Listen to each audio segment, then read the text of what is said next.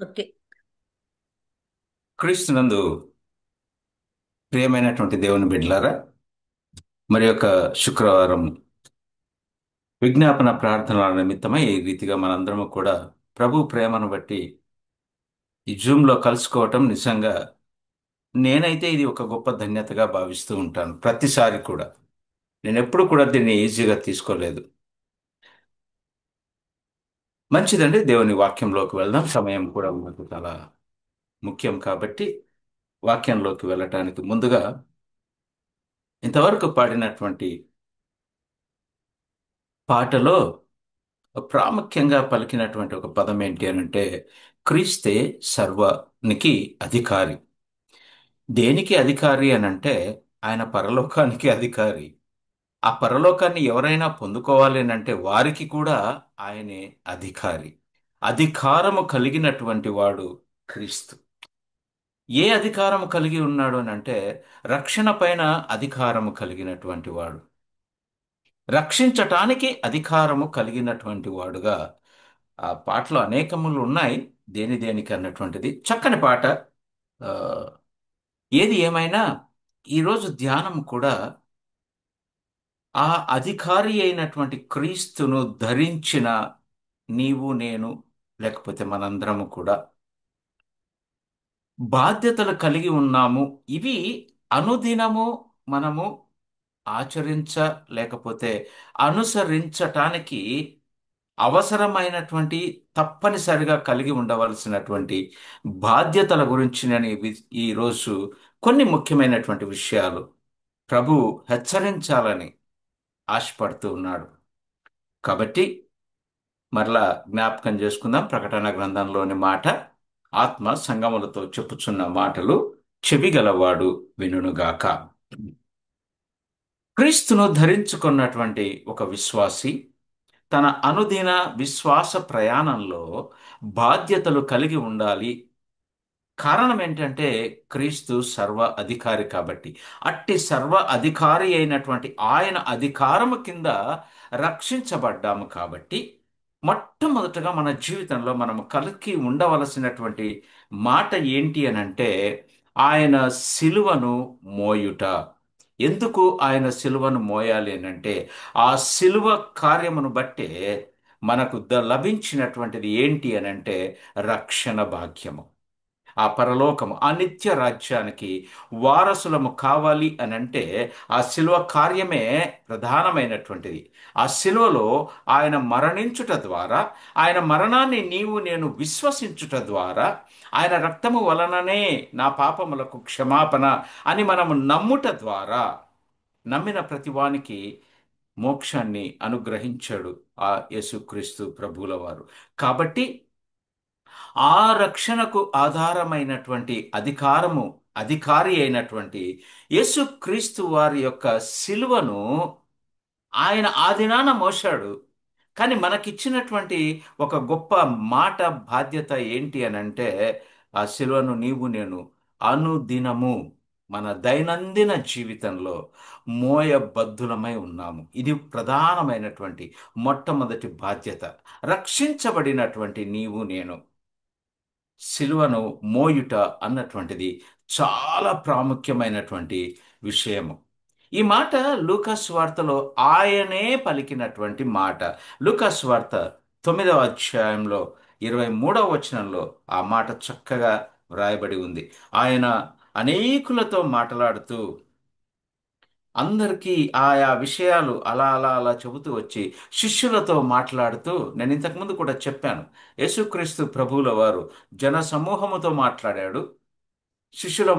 శిష్యులతో మాత్రము మాట్లాడాడు. శిష్యులలో కొందరితో ప్రత్యేకంగా పిలుచుకుని మాట్లాడాడు. అంత మాత్రమే కాకుండా వ్యక్తిగతంగా ఒక్కొక్కరితో కూడా మాట్లాడాడు. ఈ దినాన మనందరితో మాట్లాడుతూ ఉన్నాడు. ఆ మాట ఏంటి అనంటే లూకా రాసినటువంటి సువార్త 9వ అధ్యాయము 23వ వచనంలో ఒక మాట ఉంది. మరియు ఆయన అందరితో ఇట్లా నేను, మా జాగ్రత్తగా గమనించండి, అందరూ, ఈ అందరిలో నీవున్నావు, నేను ఉన్నా. ఈ సందర్భంలో అప్పుడెప్పుడో చెప్పాడు, ఇది అప్పటి వాళ్లకు అని అనుకోకండి. ఇది ఈ దినాన మనతో కూడా ఆయన మాట్లాడుతూ ఉన్నాడు. ఏంటి మాట్లాడు, ఏం ఆ మాట అంటే, ఎవడైనను, అందరితో మాట్లాడుతూ ఆయన సంబోధించినటువంటి ప్రాముఖ్యమైనటువంటి మాట ఏంటంటే, ఎవడైనా, నీవెవరైనా సరే. ఎవరు అని అంటే ఏం తీసుకుందాం? జెండర్ తీసుకుందామా? ఎవరైనా సరే. ఇంకేం తీసుకుందాం? స్టేటస్ను తీసుకుందామా? ఎవరైనా సరే. కలర్ను తీసుకుందామా? ఎవరైనా సరే. నువ్వు ఏదన్నా తీసుకో. ప్రియమైనటువంటి దేవుని బిడ్డలారా, ఎవడైనను అని అంటాడు. ఎవడైనను ఏం చేయాలని ఆశపడుతున్నావు అంటే, ఆయనను వెంబడించాలని ఇష్టపడితే, ఎవడైనను నన్ను వెంబడింప కోరిన ఎడల, కోరిక కలిగి ఉంటే చాలు. కోరిక కలిగి ఉన్న నీవు ఏం చేయాలంటే, తన్ను తాను ఉపేక్షించుకొని, ఎవడైనా అన్నటువంటి మాటకు మళ్ళీ వద్దాం. నువ్వెవరైనా సరే తన్ను తాను ఉపేక్షించుకోవాలి. నేను ఈ లోకంలో చాలా ధనవంతుడనై ఉండవచ్చు, నాకు మంచి స్టేటస్ కలిగి ఉండవచ్చు, నేను పరమ జ్ఞానినై ఉండవచ్చు, లేకపోతే ఏదైనా అయి ఉండవచ్చు. ఎవడైనా సరే ఆయన సిలువను మోయాలని అనుకుంటే, కోరిక కలిగి ఉంటే, మొట్టమొదట చేయవలసినటువంటిది ఏంటి అని అంటే, తన్ను తాను ఉపేక్షించుకోవాలి. ఉపేక్షించుకోవాలి. ఉపేక్షించుకొని ప్రతి దినము, నేను ఇందాకనే అన్నాను, విశ్వాస ప్రయాణంలో క్రీస్తును ధరించిన వాళ్ళు కలిగి ఉండవలసినటువంటి, అనుదినము కలిగి ఉండవలసినటువంటి బాధ్యత, మొట్టమొదటిది సిలువను మోయ బద్దులమై ఉన్నాం. ఆ సిలువ ఎప్పుడైతే మన మీద ఉంటుందో, మనం ఆ సిలువను మోస్తూ ఉంటామో, ఆ సిలువ భారం మన మీద ఉంటుందో, దాని విలువ, నేను ఇంతకుముందు కూడా చెప్పాను, రక్షణ నీకు నాకు ఉట్టిగే రాలా. ఆయన విలువ పెట్టి వెల పెట్టాడు దాని మీద. ఆ సిలువలో ఆయన పొందినటువంటి దెబ్బలు గుర్తుకు రావాలి. ఆయన పొందినటువంటి అవమానాలు గుర్తుకు రావాలి. ఆయన పొందినటువంటి హేళనకరమైనటువంటి మాటలు గుర్తుకు రావాలి. ఆయన పొందినటువంటి పక్కలో బల్లెపు టెముక, ఆ పక్కలో బల్లెపు పోటు గుర్తు రావాలి. అంతేకాకుండా ఆయన పొందిన గాయములు, రెండు చేతుల్లో మేకులు, కాళ్ళలో మేకులు, తల మీద ముళ్ళ కిరీటము, అబా, ఇవన్నీ గుర్తుకొస్తే అప్పుడు నీకు ఆ విలువ తెలుస్తుంది. అప్పుడు నీవు సజీవ యాగముగా, ఆ రోమీయులకు రాసినటువంటి పత్రికలో ఆ మాట ఉంది. మనం జ్ఞాపకం చేసుకొని ముందుకు వెళ్దాం. రోమా అపోస్తలుడైన పౌలు రోమీయులకు రాసినటువంటి పత్రిక 12వ అధ్యాయము ఆ, మొదటి వచనంలో ఆ, మాట ఉంది. అపోస్తలుడైన పౌలు రోమీయులకు రాసినటువంటి పత్రిక, ఎస్, 12వ అధ్యాయము మొదటి వచనం. కాబట్టి సహోదరులారా, వినుచున్న నీవు నేను, మళ్ళా ఇది అందరికీ అడ్రస్సింగ్, ఇది కరెక్ట్ అడ్రస్. సహోదరులారా, పరిశుద్ధమును దేవునికి అనుకూలమునైన సజీవ యాగముగా మీ శరీరములను ఆయనకు సమర్పించుకొనుడి. ఆయనకు సమర్పించుకోవాలి. సమర్పించుకుంటే కదా ఆ శిలువ భారము నీ మీద ఉంటుంది. ఆ శిలువను నీవు మోయగలవు. ఆ కాడిని మోపినవాడు ఆయనే. నీవు మోస్తామని తెలుసు కాబట్టి ఆయన నీకు మోపాడండి. అంత మాత్రమే కాకుండా, ఒకవేళ మనము బలహీనులమైతే బలపరిచే దేవుడు ఆయనే. కృంగిపో కృంగింప చేసేవాడు కాదు ఆయన. ఇందాక పాట విన్నాం, చక్కని పాట. ఆయన అధికారము కింద, ఆయన అధికారమును ఒప్పుకొని తన్ను తాను ఉపేక్షించుకుంటే ఆ శిలువ భారమును నీవు మోయగలవాడవవుతావు. మోయగలవాడవవుతావు.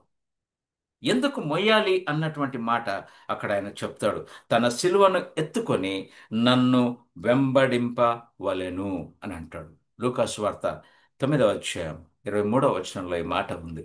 కాబట్టి దేవుని ప్రియమైనటువంటి బిడ్డలారా, మొట్టమొదట మనము పొందవలసినటువంటి బాధ్యత, మనము కలిగి ఉండవలసినటువంటి బాధ్యత ఏంటి అనంటే, సిలువను మోయవలసినటువంటి వారమై ఉన్నాము. సిలువను మోయాలి అనంటే, నేను ఇందాక చెప్పినట్లుగా మనకేం గుర్తు రావాలంటే, నేను పొందుకున్నటువంటి రక్షణ నాకు గుర్తు రావాలి. ఆ రక్షణ ఉట్టిగే రాలేదు అన్నటువంటిది కూడా నేను గమనించబద్ధుడనై ఉన్నాను.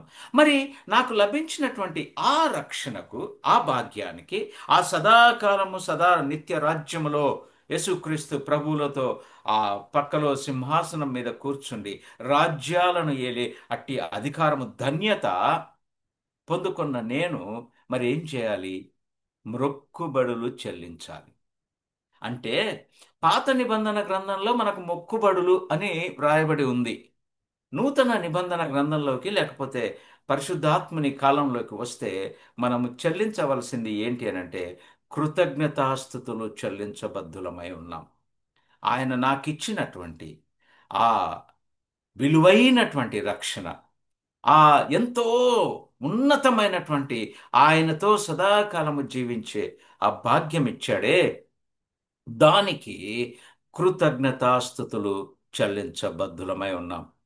ఈనాడు నీవు నేను ఈ లోకంలో జీవిస్తూ ఉన్నప్పుడు లోకంలో లోక ఆచారాన్ని బట్టి లేకపోతే నీకు నాకు కలిగినటువంటి ఒక చిన్న ఆపత్తు లేకపోతే ఏదైనా ఒక చిన్న అననుకూల పరిస్థితి వచ్చినప్పుడు ఎవరైనా వచ్చి మనకు సహాయంగా నిలబడితే వెంటనే అబ్బాబ్బాబ్బా ఎంత థ్యాంక్స్ చెప్తామో, ఎంత గ్రాటిట్యూడ్స్ తెలియజేస్తామో. ఏమండి మానవుడు ఏం చేశాడు అని అంటే నాకు వచ్చినటువంటి ఒక చిన్న ఆపదకు పక్కలో నిలబడ్డాడు. ఇంతే, ఇంతే చేసింది. ఇంకా ఏమన్నా అంటే ఆ పర్సు తీసి కొంచెం సహాయం చేసి ఉండవచ్చు. ఇంకా ఏమైనా అయితే ఇంకేమో చేయగలిగి ఉండవచ్చు. ఇంతకు మించి ఆ పక్కలో నిలబడ్డ వ్యక్తి ప్రాణమైతే పెట్టాడండి. అలాంటి ప్రాణం పెట్టలేని ఆ వ్యక్తికి అంతగా నీవు కృతజ్ఞతాస్తుతులు చెల్లిస్తే నీవు అడగకుండానే నీ నీ యొక్క స్థితిని ఎరిగి నీ కొరకు తన విలువైనటువంటి స్థితిని వదులుకొని ఏంటది తండ్రితో ఉండుట విడిచిపెట్టకూడని భాగ్యమని ఎంచుకొనక ఈ లోకానికి దరిద్రుడుగా వచ్చాడు. దరిద్రుడుగా ఎందుకు వచ్చాడంటే నిన్ను ధనవంతునిగా చేయటానికి. ఎక్కడ అంటే ఆ నిత్య రాజ్యంలో నీకు ధనమును సమకూర్చటానికి, మిక్కిలి విలువైన ధనవంతునిగా చేయటానికి ఆయన దరిద్రుడిగా ఈ లోకంలోకి వచ్చాడండి. లోకంలోకి రావటమే కాదు, తండ్రి ఏ పని అయితే అప్పగించాడో ఆ పనిని నెరవేర్చి ఆ స్థితిని నీకు అనుగ్రహించాడు. కాబట్టి కృతజ్ఞతాస్థుతులు చెల్లించబద్దులమా కాదా మనల్ని మనమే పరీక్షించుకోవాలి. అనుదినము అనుక్షణము పొందిన రక్షణ నిమిత్తమై, సహాయాల నిమిత్తము కాదండి, ఆయన చేసిన మేలుల కొరకు కాదు. నీవు నాకు చేసిన ఉపకారములకు నేనేమి చెల్లింతును? ఏడాది దూడలనా, వేలాది పొటేళ్లనా అన్నటువంటి పాట. ఆయన చేసిన మేళ్ళు ఏంటివి అనుకుందాం మనము? మొట్టమొదట నీకు నాకు ఆయన చేసిన మేలు రక్షణ అనుగ్రహించటం. ఇది ఆయన మనకిచ్చినటువంటి మేలు. ఆ మేలుకు కృతజ్ఞతాస్థుతులు చెల్లించబద్దులమై ఉన్నాము. కాబట్టి దావీదు ఏ రీతిగా ఆయన మొక్కుబడులు చెల్లించాడో ఆ తను రాసినటువంటి కీర్తనల గ్రంథం 116వ కీర్తనల్లో 13వ వచనాన్ని ఒక్కసారి మనం జ్ఞాపకం చేసుకుంటే అక్కడ ఆయన ఏ రీతిగా కృతజ్ఞతాస్థుతులు చెల్లించాడో ఆ దేవాది దేవునికి. 116వ కీర్తన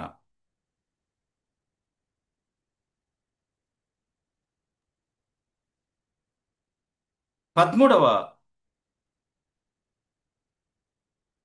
మొదటిది మొదటి వచనము 13వ వచనము రెండు చదువుతాను, జాగ్రత్తగా చూడండి. యెహోవా నా మొరను నా విన్నపములను ఆలకించి ఉన్నాడు. కారణం ఏంటి అనంటే దావీదు సిలువను మోసాడు కాబట్టి, కృతజ్ఞతాస్తుతులు చెల్లించాడు కాబట్టి మొరను విన్నాడు. విన్నటువంటి ఆయనకు ఈయన చెబుతున్నటువంటి మాట ఏంటి అనంటే ఎలా చెల్లించాడు అనంటే దేవుడు ఇచ్చినటువంటి రక్షణ పాత్రను చేత పట్టుకొని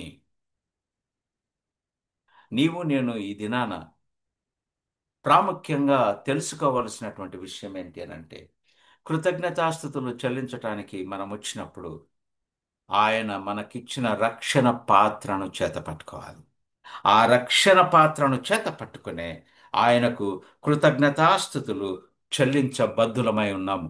ఎలాగంటే యెహోవా నామమున ప్రార్థన చేస్తూ రక్షణ పాత్రను చేతపట్టుకొని యెహోవా నామమున ప్రార్థన చేసేదను. యెహోవాకు నా మ్రొక్కుబళ్ళు చెల్లించెదను. ఎక్కడ చెల్లించెదను అని అంటే కింద జవాబిస్తాడు. ఆయన ప్రజలందరి ఎదుట. ఎక్కడ? ఆయన ప్రజలందరి ఎదుట. ఎక్కడ కూడా సిగ్గుపడవలసినటువంటి అవసరము లేనే లేదు. ఎక్కడైతే ఆయన ప్రజలందరూ ఉన్నారో వారందరి ఎదుటనే చెల్లించదను. వేరే స్థలాలు నాకు అక్కర్లేదు. ఆయనకు కృతజ్ఞతాస్థుతులు చెల్లించాలంటే ఆయన ప్రజలందరి ఎదుటనే ఆయనకు కృతజ్ఞతాస్థుతులు చెల్లించాలి. కాబట్టి ఆ రీతిగా ఆయనకు కృతజ్ఞతాస్థుతులు చెల్లించ బద్ధులమై ఉన్నాము. 14వ వచనంలో ఆ మాట క్లియర్గా వ్రాయబడింది. యెహోవాకు నా మొక్కుబళ్ళు చెల్లించెదను, నా ప్రజలందరి ఎదుటనే చెల్లించెదను. చెల్లించే ముందు గుర్తుపెట్టుకోవాల్సిన విషయం, ఆయన రక్షణ పాత్ర. ఆయన నీకు నాకు ఇచ్చినటువంటి ఆ రక్షణను ఎత్తి పట్టుకొని దాన్ని మనము అడ్రస్ చేస్తూ, నాకిచ్చిన రక్షణ ఎంత గొప్పదయ్యా, నేను ఏ పాటి వాడను, దీనికి అసలు నేను అర్హుడనా? అర్హుడను కానే కాదు. నీవైతే పరిశుద్ధుడవు, నీవైతే నీతిమంతుడవు, నేనైతే పనికి మాలిన వాడను. ఏమాత్రము కూడా అర్హత లేని నా కొరకు నీవు ఆ ధన్యతను విడిచిపెట్టుకొని నన్ను ఆ ధన్యతలోకి తీసుకొని వెళ్ళటానికి దరిద్రుడుగా ఈ లోకానికి వచ్చావే. అవి గుర్తు చేసుకొని ఆయనకు కృతజ్ఞతాస్థుతులు చెల్లించ బద్ధులమై ఉన్నాము. కాబట్టి రెండు విషయాలు నేను జ్ఞాపకం చేశాను. మొట్టమొదటిది, ఆయన సిలువను మోసుకొని ఆయన సిలువను మోస్తూ మనము అనుదినము బాధ్యత కలిగినటువంటి వారమై, అపోస్తలుడైన పౌలు రోమీయులకు రాసినటువంటి పత్రికలో మనం చదువుకున్నట్లుగా సజీవ యాగముగా మనల్ని మనం ఆయనకు సమర్పించుకోబద్ధులమై ఉన్నాం. నేను ఎందుకు ఈ మాట సారి సారి పలుకుతూ ఉన్నాను, గుర్తు చేసుకుందాం. ఇక మూడో విషయానికి వస్తే, ఆయన వాక్యమును చదువుటలో మనము నిత్యము, అనుదినము వాక్యం చదువుతూ ఉన్నాం. అనుదినం చాలా మందిని నేను చూస్తూ ఉంటాను, బైబిల్ తెరిచి అధ్యాయాలు అధ్యాయాలు చదివేస్తూ ఉంటారు. చాలా మంచిది, ఎవరిని తప్పు పట్టట్లేదు, మంచిది. కానీ ఎలా చదువుతూ ఉన్నావు? ఏం మాట్లాడాడు దేవుడు నీతో? దేవుడు నీతో మాట్లాడటానికి నీవు దేవుని వాక్యాన్ని చదవాలి. ఎలా చదవాలో ఒకసారి నెహమ్యా గ్రంథంలో 8వ అధ్యాయంలో ఎలా చదవాలో అక్కడ ఉంది. జాగ్రత్తగా జ్ఞాపకం చేసుకుందాం. నెహమ్యా రాసినటువంటి గ్రంథం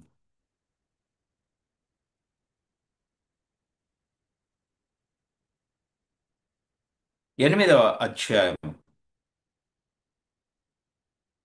మొదటి వచనాన్ని నేను చదువుతాను. 7వ నెల రాగా ఇశ్రాయేలీయులు తమ పట్టణములలో నివాసులై ఉండిరి.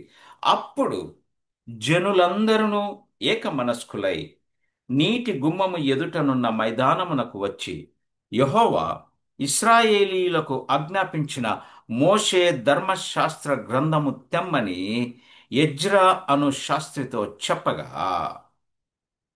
మోషే ఆజ్ఞాపించాడు. ఎవరికి? ఎజ్రాకు. ఏమని?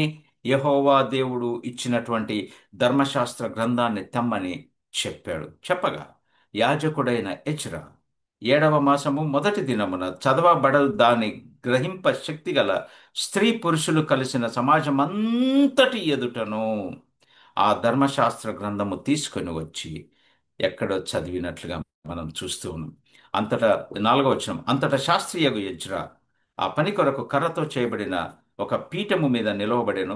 మరియు అతని దగ్గర కుడి పార్శ్వమందు మత్తిత్య, షేను, అనాయ, ఊరియా, హిల్కియా, మాయా, షేను అనువారును ఉన్నారు. వారందరి ఎదుట ఆ ధర్మశాస్త్ర గ్రంథాన్ని చదివినట్లుగా మనం ఇక్కడ చూస్తూ ఉన్నాం. ఆ రీతిగా చదవబద్ధులమై ఉన్నాం. ఈ రీతిగా చదివినప్పుడు వినటానికి, గ్రహించుకోవటానికి దేవుడు అట్టి మనస్సు మనకు అందరికీ కూడా అనుగ్రహిస్తాడు. ఏదో చదవాలని చదవటం కాదు, ఆజ్ఞ ప్రకారంగా చదవటము. ఆ దేవాది దేవుడు మన కొరకు చేసినటువంటి, నా మీద పెట్టినటువంటి ఆ కాడి నేను సులువుగా మోయాలంటే ఆయనకు కృతజ్ఞతాస్థుతులు చెల్లిస్తూ ఆయన నాకు ఇచ్చినటువంటి ఈ ధర్మశాస్త్ర గ్రంథాన్ని చదవబద్ధుడనై ఉన్నాను. అపోస్తలైన పౌలు హెబ్రీయులకు పత్రిక రాస్తూ అందులో కూడా ఒక మాట చెప్తాడు. 8వ అధ్యాయం హెబ్రీయులకు రాయబడినటువంటి పత్రిక 8వ అధ్యాయము. ఈరోజు కొద్దిగా రెఫరెన్స్లు ఎక్కువ ఉండొచ్చు.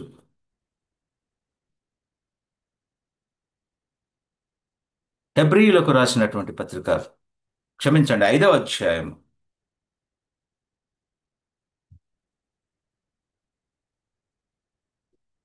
ఆ 11 నుంచి మీరందరూ తర్వాత చదవండి. ఇందుని గురించి మేము చెప్పవలసినవి అనేక సంగతులు ఉన్నవి కానీ అక్కడ ఏమంటాడంటే, మీరు వినుటకు మందులైనందున వాటిని విశదపరచుట కష్టము. కాలమును బట్టి చూచితే మీరు బోధకులుగా ఉండవలసినటువంటి వారు. ఈనాడు నీవు నేను వినుచున్న మనందరము వినటానికి మందులమై ఉన్నాం. అందుకే గ్రహింపు లేదు.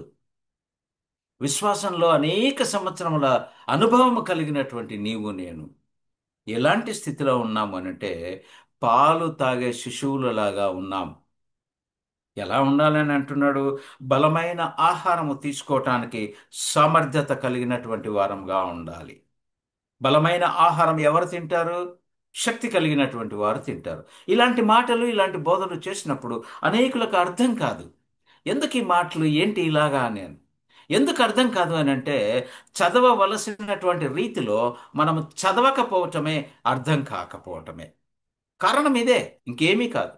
అందుకే మన స్థితి ఎలా ఉంది అంటే, పాలు తాగే శిశువుల్లాగా విశ్వాస జీవితంలో ఉన్నాము అన్నటువంటిది ఇక్కడ క్లియర్గా చెప్తాడు. చూడండి, 12వ అధ్యాయం కిందికి వస్తే, మీరు పాలు త్రాగవలసిన వారే గాని,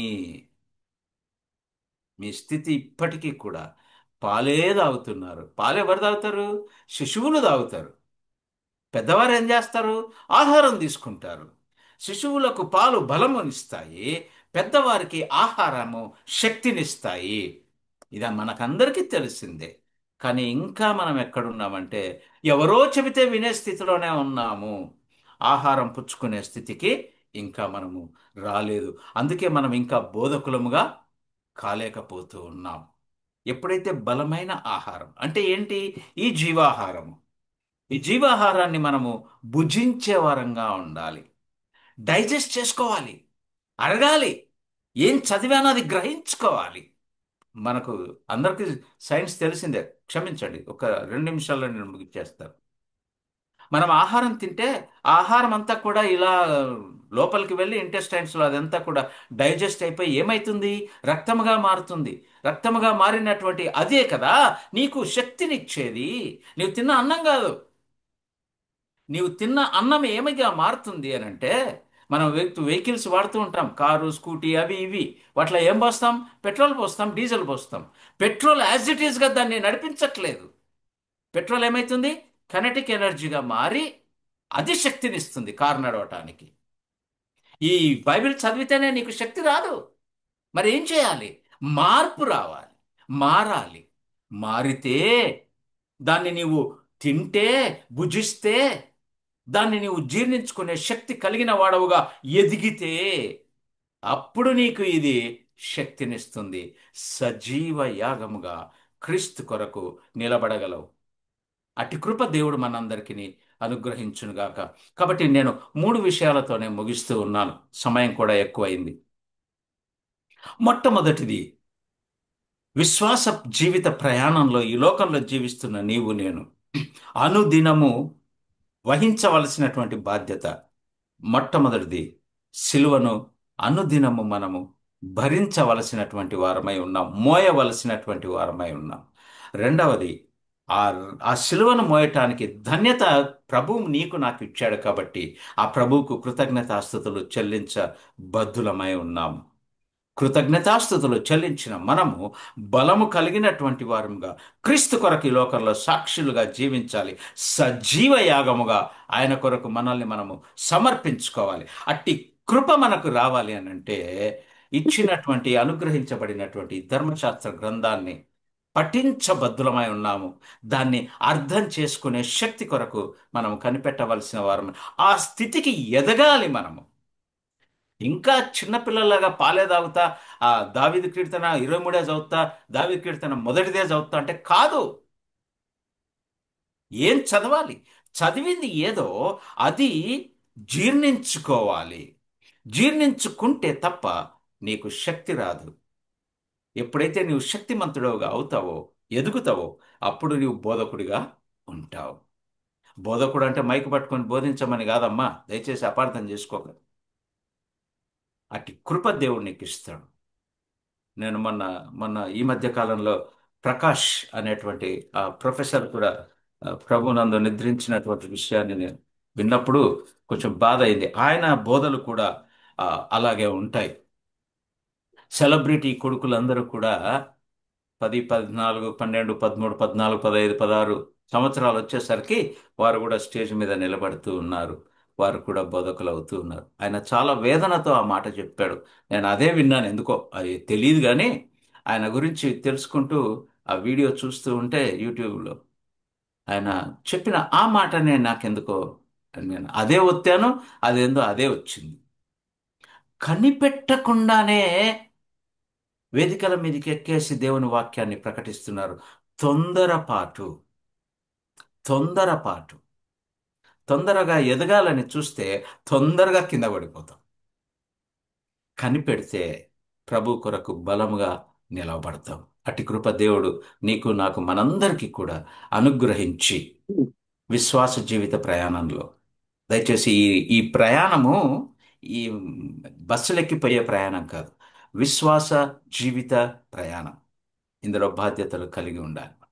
అట్టి బాధ్యతను మోస్తూ ఆయన కొరకు సజీవ యాగంగా ఈ లోకంలో మనము జీవించుదముగాక. దేవుడి కొద్ది మాటలు దీవించి మన వినికిడిలో భద్రపరచునుగాక. ఆమేన్.